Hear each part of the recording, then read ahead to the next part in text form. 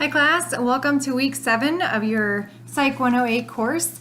I'm very happy to say that you guys are only a couple weeks away from being finished, so give yourself a pat on the back, a round of applause. You have definitely come a long ways to getting this far in the program and this far in the course, so I feel very good about that. In addition, I just want to say kudos to everybody for doing such a wonderful job on the discussion board last week. Saw some really profound, thoughtful, compassionate, yet empirically based. So you used a lot of reference to your text or other references from your library to just create some great discussions. So please feel very good about that and continue that kind of level of academic work through the next couple weeks. For this particular week, we're focusing on Chapter 7, like I said, social psychology. You're doing chapter activities, and then you're also doing action planning for the final project. And then the final project is also due at the end of this week. So keep that in mind.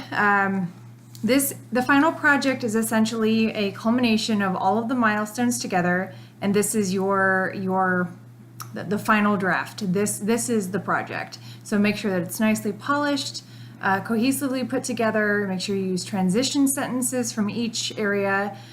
Use each milestone as a heading, and then have some creative flair if you want to. Add in your own subheadings based on your particular title, particular project, the subject matter. Also create your own title if you like. You certainly don't have to follow verbatim what the draft online showed you. That is the structure of it, but you can manipulate it a little bit to put in whatever titles and subheadings you want to. So yeah, I'm excited to read those. Essentially, like I said, this week is all about social psychology. There is a little bit of a difference between social psychology and sociology. Social psychology studies mainly the impact of a situation kind of in a micro way. So how does that situation influence the individual?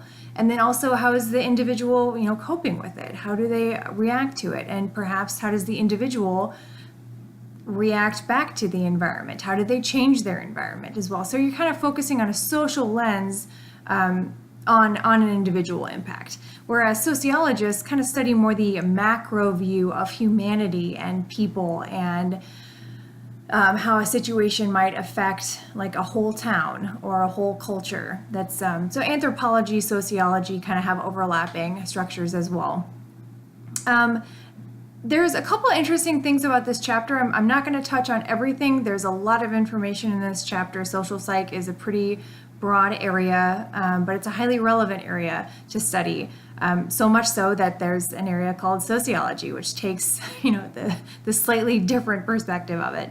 But a couple of things that I want to talk to you about today are attributions, how those can kind of go along with motivation. So what is attributing motivational to understanding one's behavior?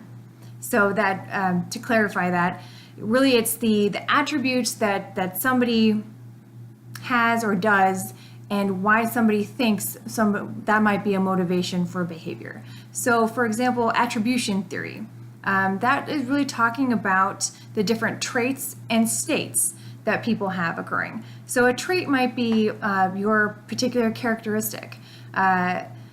Just to preface here for a quick second too, just to give you a little bit of an idea of how this chapter really is set up, everything overlaps with each other. It's kind of like a domino effect as far as how this chapter is built in. So like, for example, when you think of attribution theory and you think of people assuming your behavior is based on a trait, well, that might be a stereotype, in which case that could be the resulting behavior of that is maybe, some sort of prejudice. And that's going to be talked about throughout your chapter. So everything builds upon each other through this chapter, and everything connects back to something else.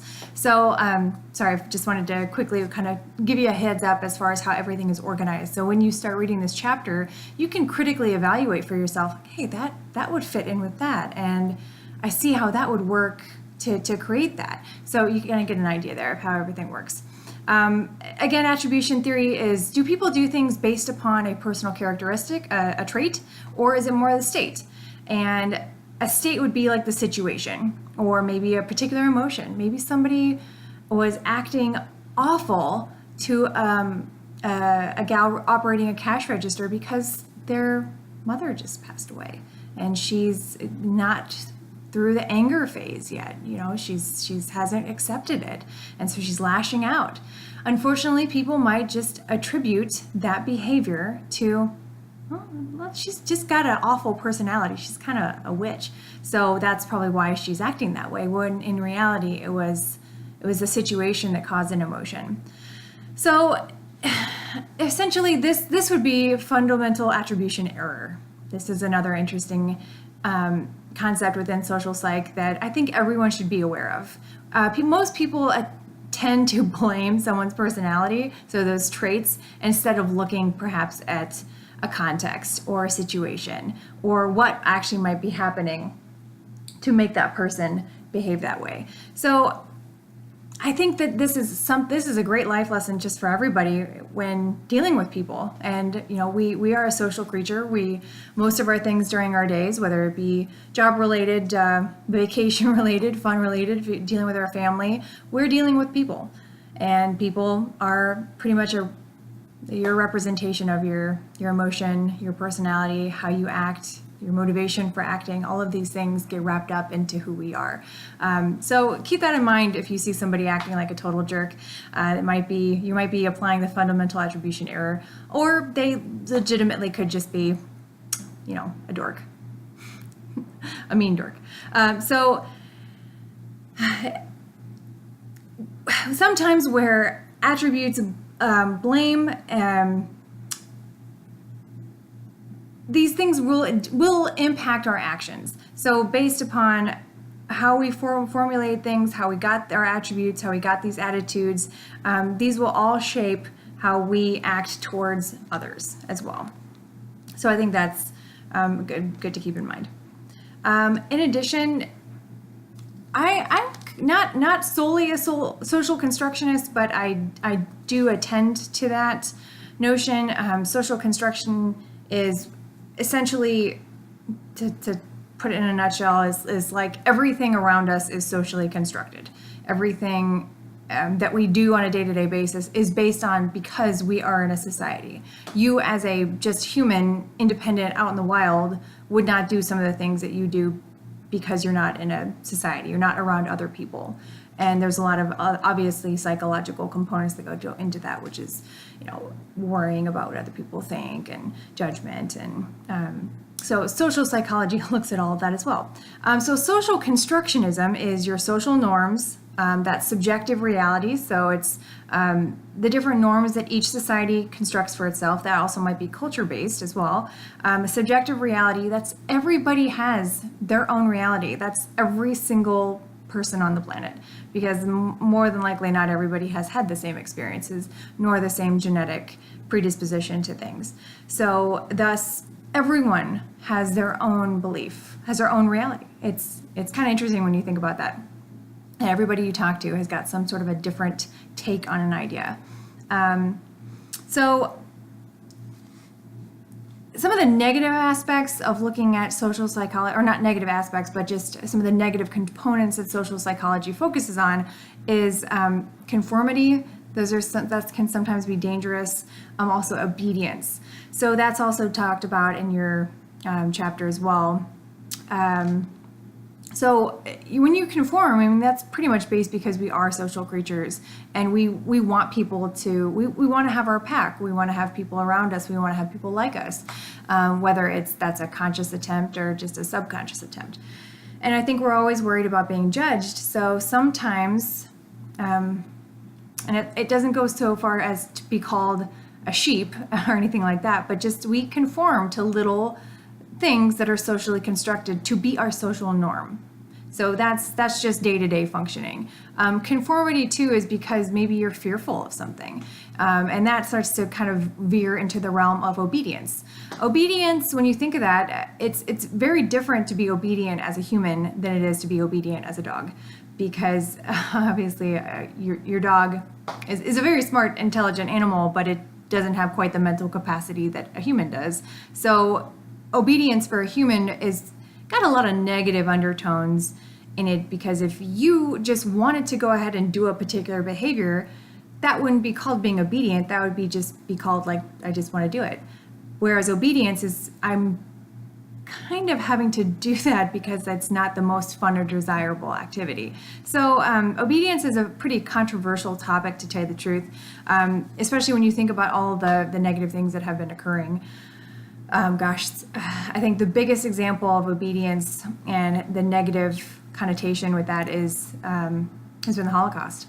You know, there's a lot of factors that went into that, but obedience was definitely one of the underlying things there.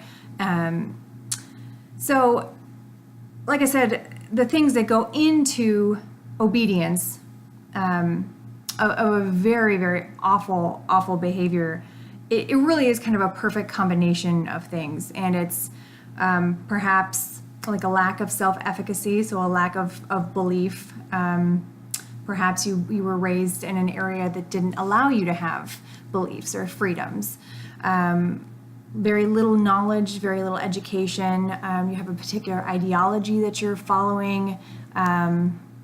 Maybe you have a belief in some sort of a charismatic leader that tells you to engage in some sort of a behavior. And then in addition to that, maybe fear for self or fear of others or for others.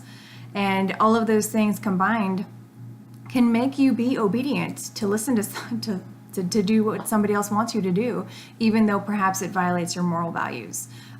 Also, you know, it's interesting to look at the correlations of all of these factors and obedience, and the degree of obedience and the degree of negative behavior that you're being asked to do.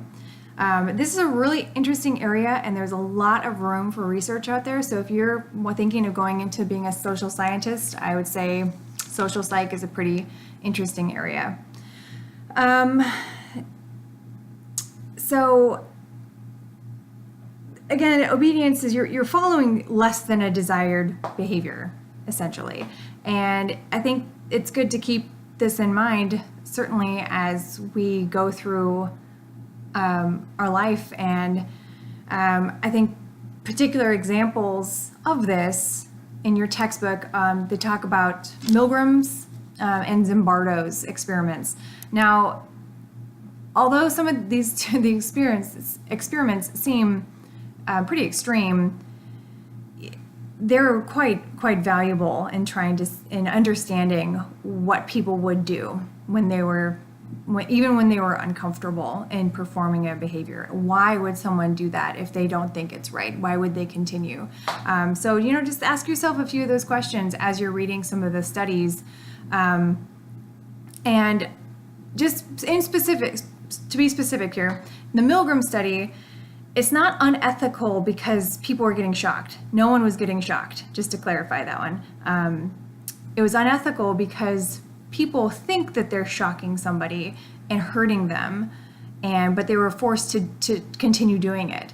And so technically, when you consider maybe what type of post-traumatic stress that they could occur, that is why that those experiments would be considered unethical today. In addition to that, so again, we're kind of gapping from one subject to the next.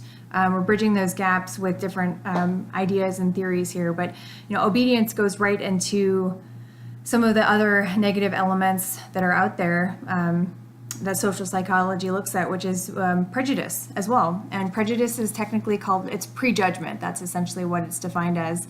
And there are a couple different things that go into prejudice. You've got beliefs, which would be like stereotypes of a particular group of people. You've got emotions. Perhaps you have disdain, or you think that group of people is dangerous, so you're going to be fearful of them. And then lastly, you have a predisposition to action. Perhaps that goes back to nature versus nurture. Maybe you were raised to be very defensive. And so if you believe something and you're fearful of something, and you are predisposed or taught to take action against something, those three things combined are going to make you a pretty dangerous person. And then that is the direct definition of prejudice. So I just, you don't see as many overt cases of prejudice. Not like it used to be. There's still a lot of overt prejudice, but you see that more via the media, not necessarily. There's cases happening everywhere. That's not really. There are cases happening in a lot of places, but we hear about them now. And so I just want you to think about that, how social media has impacted a lot of prejudice, whether viewing prejudice, whether creating prejudice, just how does it all work together? This is a pretty interesting topic as well. Again, this goes back to if you're a social scientist and you're considering psychology, this is an area that's just ripe with information and could use some really good people to do some research. So the last thing I kind of want to get into here before stopping the video is this idea, a little bit more of the positive elements that social psychology looks into, which is the prosocial. This is attraction. This is friends, intimate relationships, marriages, and throughout the remainder of your life, if you choose to spend your life with somebody, how that ends up looking like. So the majority of times when we meet somebody who's worthy of our dating, it's going to be due to the mere exposure effect. So more than likely, it's based upon a common interest and your first exposure and first impression of people. In addition, physical attractiveness is still a very powerful thing that draws people together. And your book talks a lot about some studies that have shown that. And then also physical attractiveness has shown to be so impacting towards different behaviors of other people. So perhaps there'll be somebody who gets a little bit more of a leg up or gets a few things handed to them because they're a little bit more physically attractive. So again, it's really interesting. The assumptions that go along with physical attractiveness has a pretty high correlation. Assumptions meaning assumptions of intelligence, assumptions of nice disposition, assumption of happy person, all of those things have a very high correlation with physical attractiveness. And then lastly, just the idea of as relationships begin, relationships like intimate relationships, you have a very passionate love with somebody. You have a lot of hormones talking to each other and a lot of things that drive you to do things. Again, this goes back to more of the physiological motivation for things. And then it moves into more of or kind of evolves into like a companionship love. This is mostly where you've gotten through maybe some of those more hormonal phases of your passionate love, and you want to just spend your life with this person because you're your best friend. That's kind of corny to say, but that would be more of the companionate love, and that kind of love lasts. That's what lasts and gets people to their 50-year wedding anniversaries, essentially. A couple other things that go into that companionship love, just the best kind of love that you can find out there. You're going to see equity is a big important factor, and then also self-disclosure and good communication. Those three things are pretty essential and pretty healthy relationships. When I say equity, that means equal roles, essentially. And both partners have to feel like they are contributing equal amounts to the relationship so that they can feel good. They feel like they have high self-efficacy because they are doing something to promote this relationship and promote the value in the relationship. And then self-disclosure, it's relating to people. You can't get that close with if you don't open up to somebody. And then good communication. That's also going to be one of those things that's pretty much hammered home out there. In any relationship self-help book, you're going to see good communication is essential, and that's through all relationships, friendships, peers, leaders, subordinates, relationships, kids, families, etc. So okay, so that's kind of my spiel here about Chapter 7, Social Psychology. Please let me know if you guys have any questions throughout the week, and keep up the great work and great efforts as you go into doing your final project this week. All right, talk to you guys soon. Thanks, bye.